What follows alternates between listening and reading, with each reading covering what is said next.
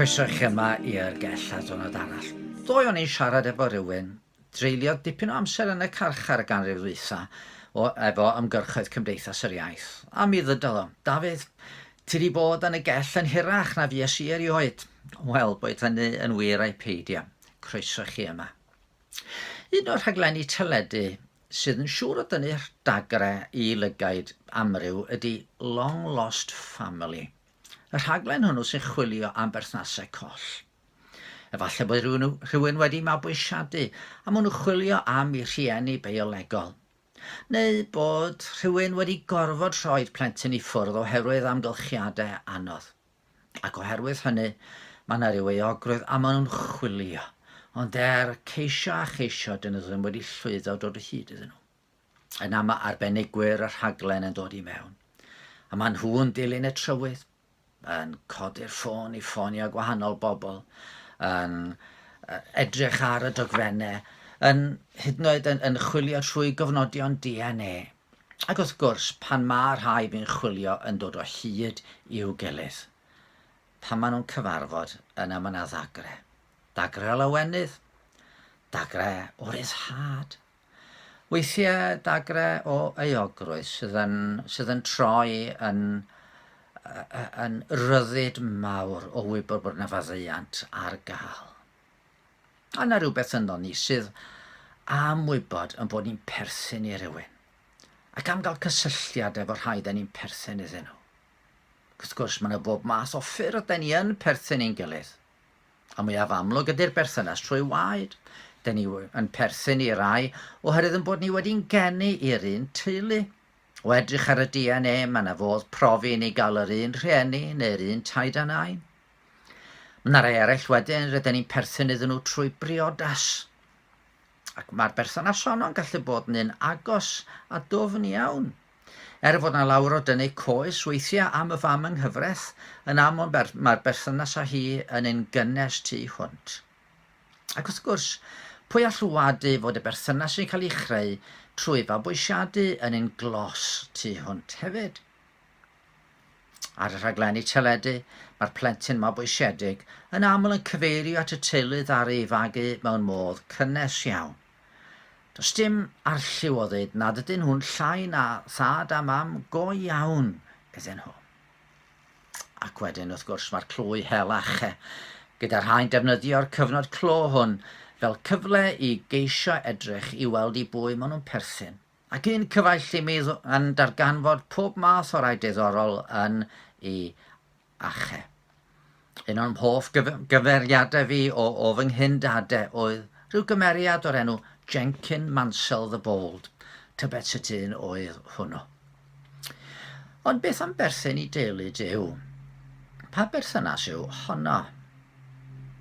Mabwysiadu? Perthyn trwy briodas? Perthyn trwy waed? Ydyn ni'n cael yn geni i deulu Duw? A gadwch i ni ddechrau efo mabwysiadu. Bydd y wedir yn bod ni wedi'n geni nid i deulu Duw, ond i deulu tywysog y byd hwn.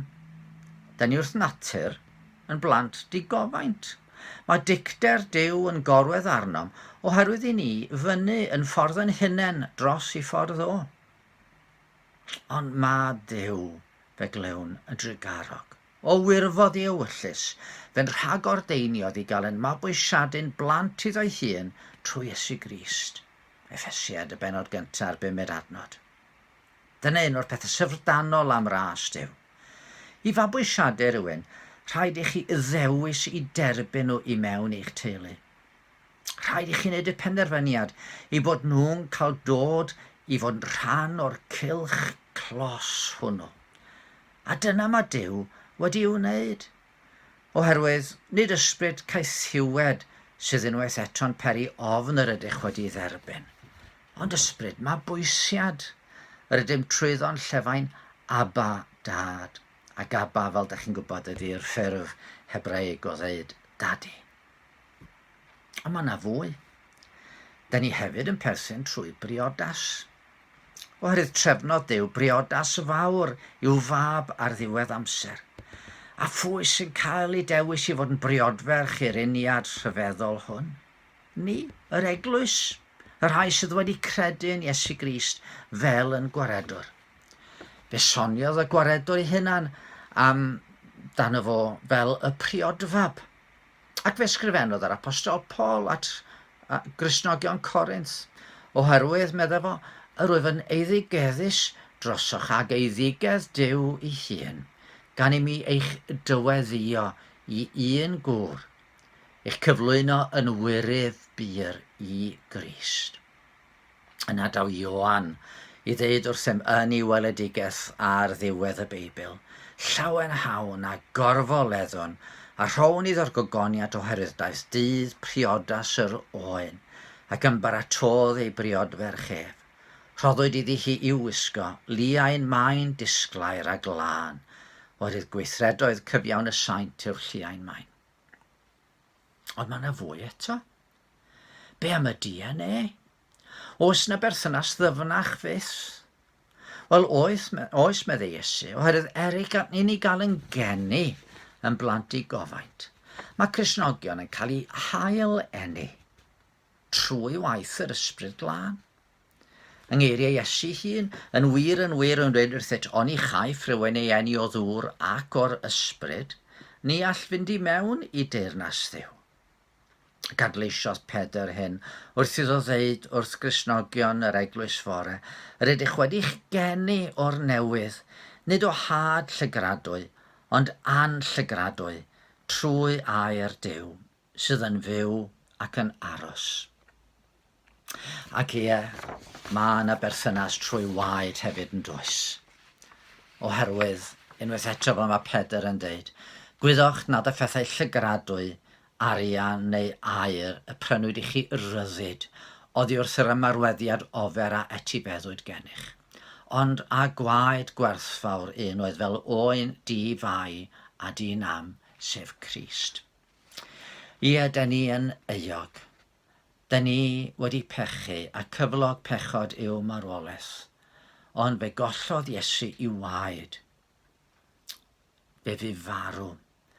Mwyn i ni gael maddeuant, a mae waed o yn cuddien be ni i gyd, yn y berthynas trwy waed. Ydych chi yn ansicr heddiw i bwyd ych chi'n perthyn? Os ydych chi'n pwyso ar drigaredd yr arglwydd Iesu, does dim rhaid i chi bryderu, ydych chi'n perthyn i deulu Duw. Ydych chi wedi'ch clymu iddo 4 gwaith drosodd, wedi'ch mabwysiadu, wedi'ch priodi, wedi'ch geni o'r newydd a wedi'ch prynu trwy waed iddo fo. Felly gallwch orffwys ar y clustog esmwyth hwn o addewidion Duw i ni yn ei fab Iesu. Ac os nag ydych chi'n siŵr o hyn, yna ffowch at Iesu heddiw. Ei geisio ganddo fo y drigaredd y mae'n fwy na pharod i'w rannu â chi. Rydych chi'n ei weddio. O arglwydd yn Duw, peth ofnadwy wedi bod yn unig ac ar goll. A'r profiad mwyaf dychrynllyd wedi bod ar goll oddi wrth i ti. Ond diolch fod yna ffordd yn ôl ata ti trwy Iesu.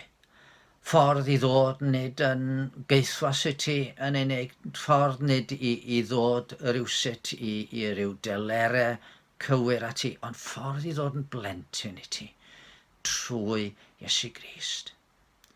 Diolch am fabwysiadu rhai fel ni.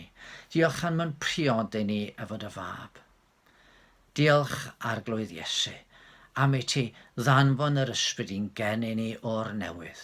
A diolch am golli dy waed trosta ni. Helpa ni heddiw i orffwys yn y ffaith yn bod ni'n blant Duw trwy ras. Amen. Wel, croeso i chi ymuno ofon i bore dy Sul, pryd fydd yr oedfa'n dod unwaith eto o Capel Ffynnon. A fyddwn ni'n edrych unwaith eto ar yr arglwydd Iesu hun. A wedyn, os fydd Dyw'n caniatáu, mi ddoi nôl os oes nesaf i'r Gell i rannu'r rhai myfyrdodau.